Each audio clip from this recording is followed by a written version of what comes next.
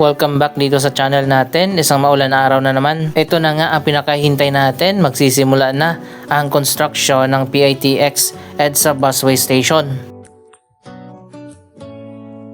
Ayan, ito na nga, binakuran na itong center island. Para sa mga hindi pa nakakaalam, dito itatayo yung passenger waiting area, yung drop-off area, ang bagong EDSA Busway Station na nasa labas na ng PITX.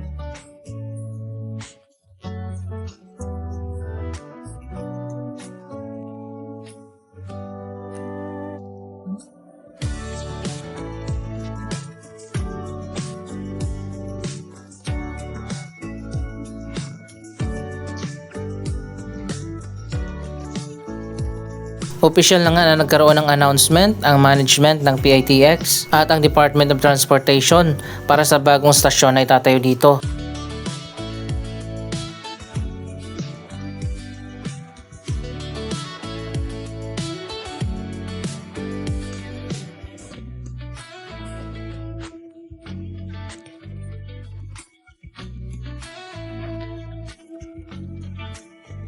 Ilang beses din tayo na nag-update tungkol sa proyektong ito sa nakalipas na ilang buwan.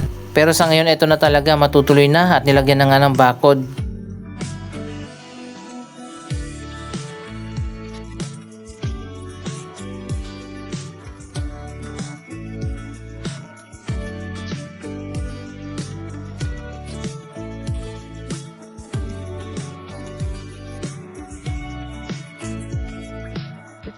Dito sa kabila, mukhang may bagong project na rin na itatayo. Abangan natin yan.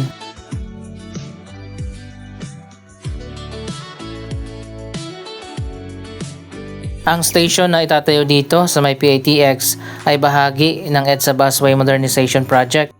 3 bagong station nga ang itatayo ngayong taon. Isa dito, isa sa Cubao at isa sa Magallanes. Iba naman yung modernization sa mga kasalukuyan o existing na mga station. Ito naman mga bagong station talaga na itatayo.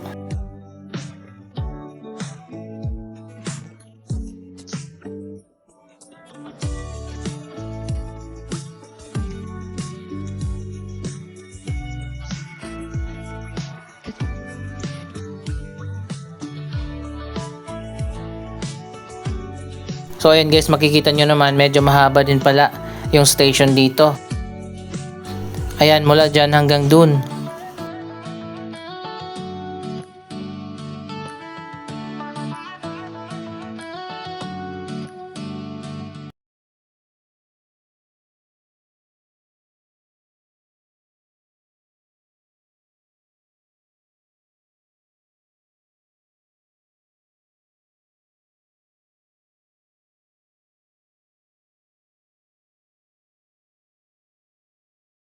Ang center island ay magkakaroon ng malawak na walkway, maglalagay din ng canopy at dito na nga yung sakayan at babaan ng mga pasahero.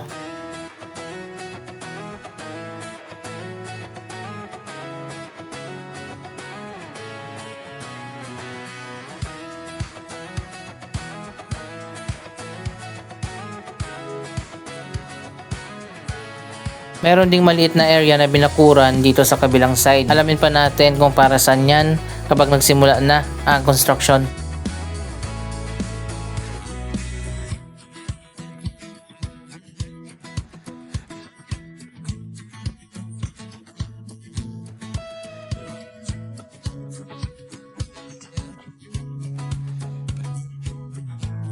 Katulad din sa iba pa mga busway station, maglalagay dito ng canopy. May barrier din sa magkabilang side. Pero dito lang siguro yung kakaiba dahil wala ng elevated walkway o footbridge. Hindi katulad sa iba pa mga busway station na aakyat ka pa. Dito hindi na.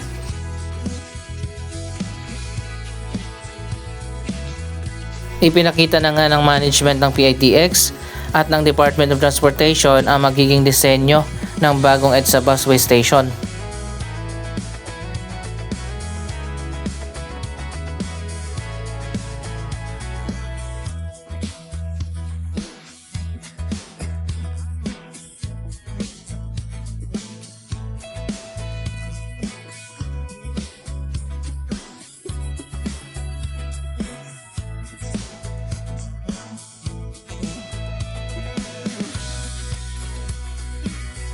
Magkakaroon din ng traffic rerouting dito sa area habang ongoing ang construction nitong bagong busway station.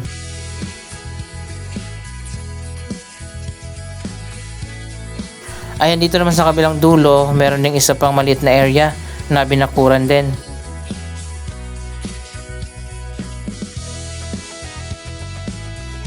Kapag natapos na yan, dito na magbababa at magsasakay at hindi na doon sa likod kung saan ang mga commuters na kailangan pang pumasok doon sa loob ng terminal. Makakabawas ito sa volume ng mga passengers sa loob ng terminal.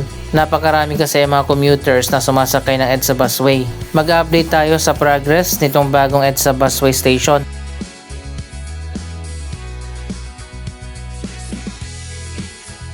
Ang PITX ay isang land port, ang pinakaunang integrated na transport hub dito sa Metro Manila.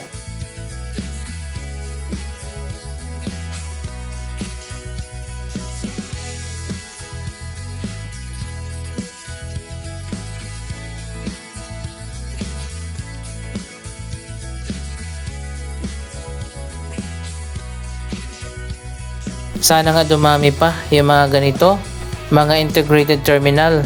Mas convenient kasi ito para sa mga commuters.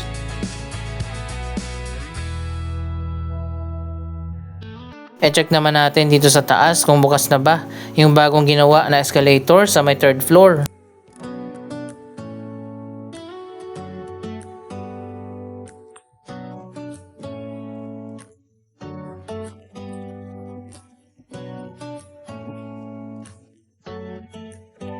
Muling nagbukas ang food terminal, mas maayos na ang mga pwesto dito pero sa ngayon konti pa lang yung mga stores.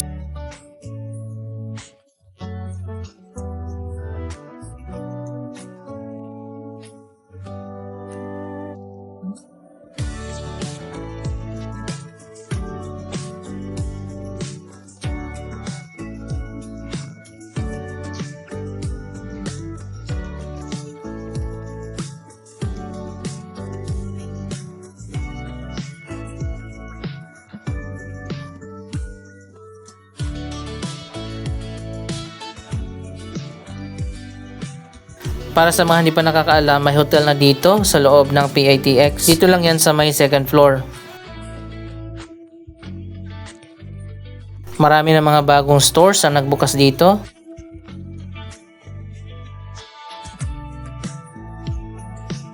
Yung dating office ng Lalamove dito sa 3rd floor, ginawa na bagong commercial areas. Dito yan sa dulo sa may parking.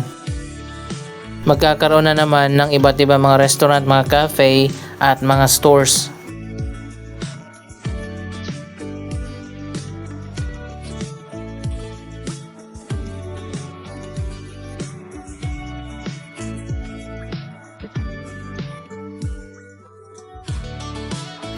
Ito yung entrance exit papasok dyan sa LRT Asia World Station na connected din dito sa PITX.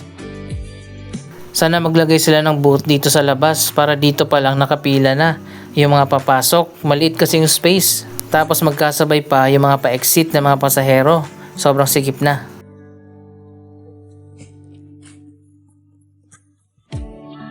Binuksan na ngayong area na to at marami na ang nagbukas sa mga bagong restaurant.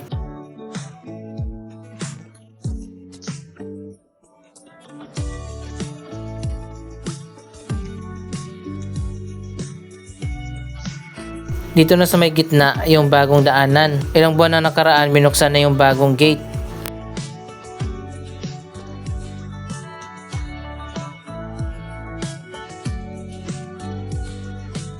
May mga bagong tenant na pala dito.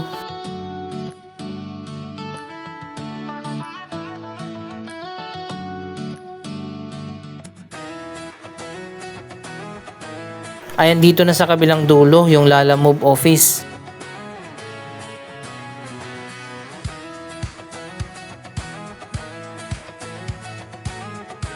Finally, binuksan na nga yung bagong escalators. Matapos na may magreklamo ng mga commuters dahil hindi pa ginagamit yung bagong escalator, ngayon bukas na. Mula dito sa 3rd floor, dito na sa gitna yung daanan papuntang LRT. Hindi mo na kailangan pang pumunta doon sa pinakadulo.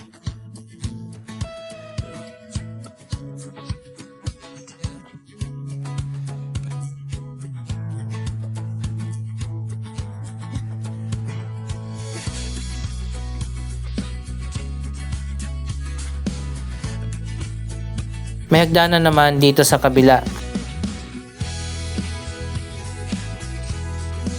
Mas maganda talaga kapag accessible ang mga terminal natin at sa iba pa mga public transportation.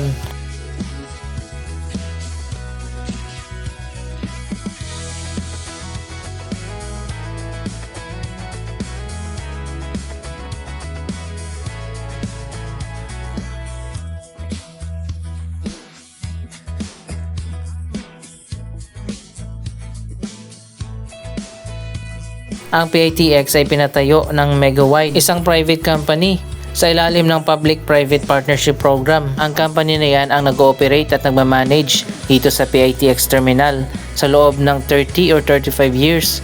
Pagkatapos noon, ito turnover na ito sa gobyerno.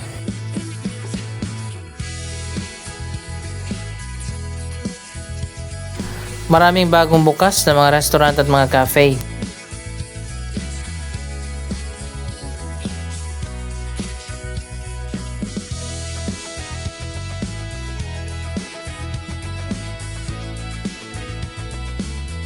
Dito naman sa taas yung mga provincial bus. Hindi masyadong siksikan ngayon, hindi kasi peak season.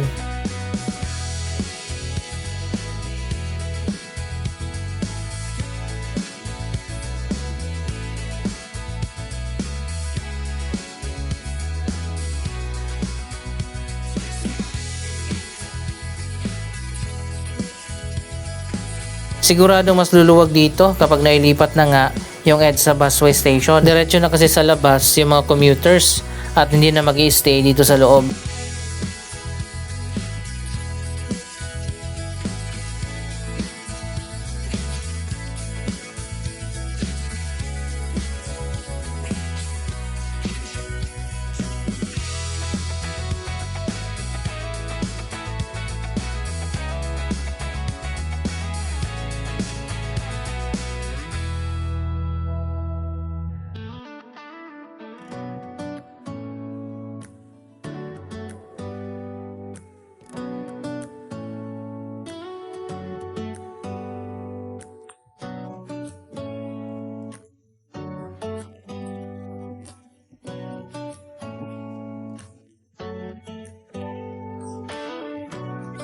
Ayan, dito ulit tayo dadaan sa bagong escalator. Papunta na tayo sa LRT.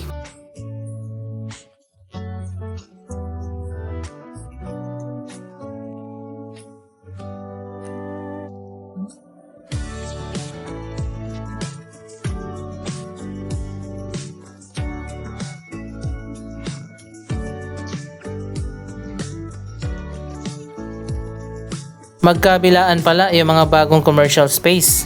Wala na yung dating maliit na food court dito.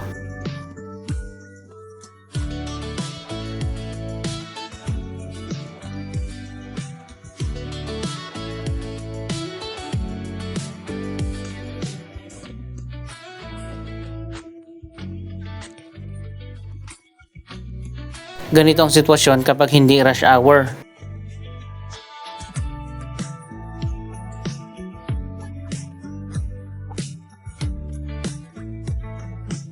Connected nga dito sa PITX terminal ang LRT Line 1.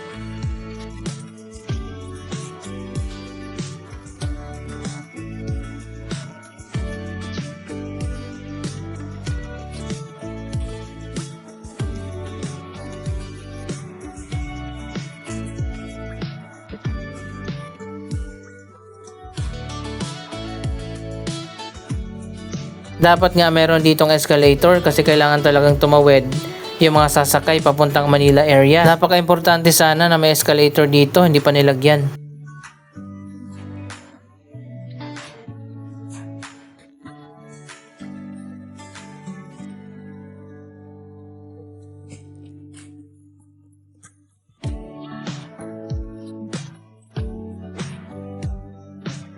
Abangan nyo na lang yung update natin dito sa LRT1 Cavite Extension Project. Na-finalize na nga ang deal ng LRT1 at ng Villar family para sa itatayo na Las Piñas Station.